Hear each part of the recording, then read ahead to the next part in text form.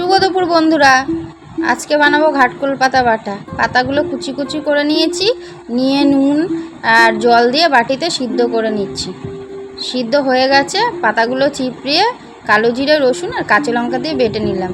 কড়াতে তেল দিয়ে পাতাগুলো দিয়ে দিলাম, দিয়ে একটু নাড়াচাড়া করে নিচ্ছি। নেড়ে ভালো করে নেড়ে পাতাগুলো একটু দেবো হলুদ গুঁড়ো,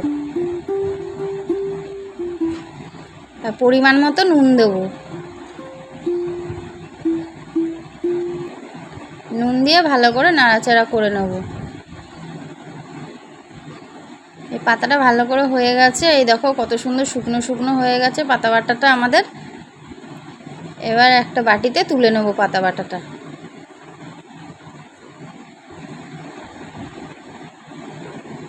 হয়ে গেছে আমাদের ঘাটকোল পাতা বাটা রেডি।